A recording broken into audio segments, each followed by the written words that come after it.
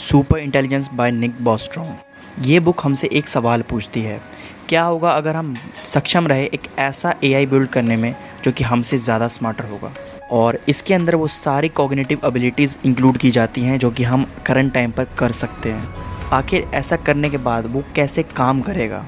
क्या इसके बाद ह्यूमन रेस एक्सटेंट हो जाएगी? इस बुक के अंदर निक बॉस्ट्रॉम का एक बहुत ही इंपॉर्टेंट कोट है जो कि कहता है, far from being the smartest possible biological species we are probably better thought of as the stupidest possible biological species capable of starting a technological civilization. हम लोग अपने आप को स्मार्ट समझते हैं, बट हो सकता है कि हमसे ज़्यादा कुछ स्टूपिडेस्ट बायोलॉजिकल सिविलाइजेशन शायद ही हो जिसने टेक्नोलॉजिकल सिविलाइजेशन को स्टार्ट किया।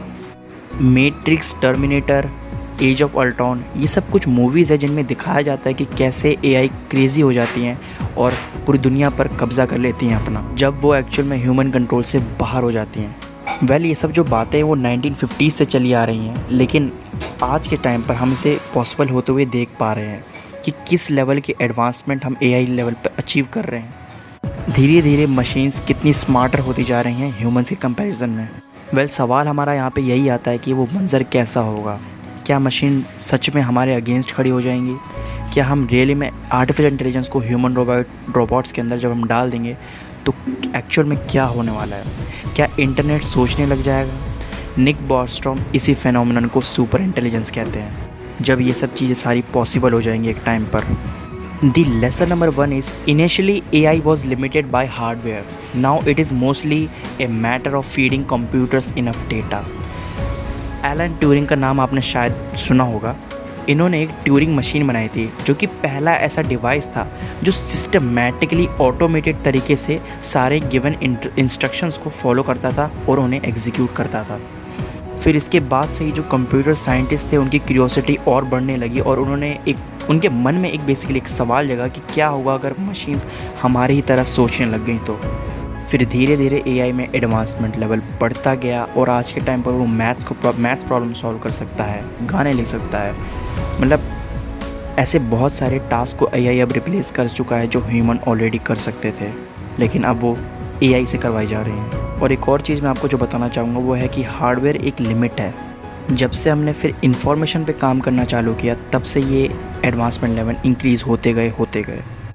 लाइक डीप ब्लू को आप शायद जानते होंगे, बिल्कुल, इसको भी 10 साल लग गए थे वर्ल्ड चैम्पियन गैरी कैस्परोव को बीट करने के लिए। बॉस्ट्रॉम और अदर एक्सपर्ट्स का ये कहना है कि जिस हिसाब से अभी एआई लेवल पे जो ग्रोथ हो रही है उस हिसाब से अगर हम 2105 तक की बात करें तब तक हम सुपर इंटेलिजेंस को अचीव कर लेंगे। Lesson number 2 is super intelligence could either imitate or simulate humans building on biology और टेक्नोलॉजी। अभी करंट टाइम पर जो हम कर रहे हैं वो एआई को ये सिखा रहे हैं कि कैसे ह्यूमंस को कॉपी करना है, ह्यूमंस द्वारा किए गए टास्क को कैसे एआई भी कर सकता है, हम उसे अभी ये सिखा रहे हैं।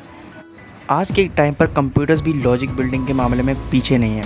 वो वेल्थ ऑफ इंफॉर्मेशन को नेविगेट कर सकते हैं, प्रोबेबिलिटीज़ निकाल सकते हैं, शॉर्टकट्स ढूंढ सकते हैं। यहाँ तक कि अब हम इस लेवल पर तक पहुँच गए हैं कि अब वो ह्यूमंस के बिहेवियर को भी कॉपी करने लगे हैं। जैसे कि फॉर एग्जांपल आप ओपन एआई का जो मॉडल है GPT-3, आप उससे अगर पूछोगे उस रोबोट से कि क्या तुम्हें गुस्सा, खुशी, दुख ये सब फील होता है, तो वो एआई कहेगा हाँ मुझे ये फ़ील होता है। अब ये यहाँ पे जो हम फील कह रहे हैं वो हो सकता है हमारे लिए कुछ और हो, वो उसके लिए कुछ और हो, लेकिन हम इस लेवल पे तक पहुँच गए जिस लेवल पे एआई हमसे कह रहा है कि हाँ मुझे ये सब फील होता है।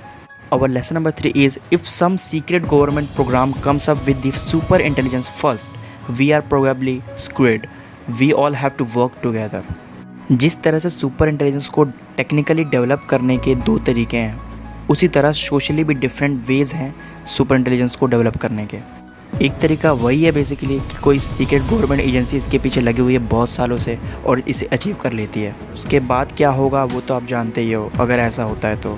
दूसरा तरीका यही है कि हम ग्लोबल कोलैबोरेशन करके इस सुपर इंटेलिजेंस को हम डेवलप कर लें। अगर हम ग्लोबल कोलैबोरेशन के लेवल पे काम करेंगे तो हो सकता है हम ये फेज़ भी साथ में लेके चलें कि अगर ये आपस से बाहर हो जाती है तो हमें क्या करना है, वो कौन से तरीके हैं जिनकी मदद से इसे वापस रिकंट्रोल किया जा सकता है। इस वीडियो में मैंने जो भी चीज़ें अब तक बात करी है वो इस बुक का बहुत ही छोटा पोर्शन है। आगे धीरे धीरे करके हम और भी टॉपिक्स को डिस्कवर कर रहे होंगे। वेल आप आप कमेंट में बताओ कि आपकी क्या थॉट प्रोसेस है सुपर इंटेलिजेंस को लेकर। मिलते हैं अगली वीडियो में।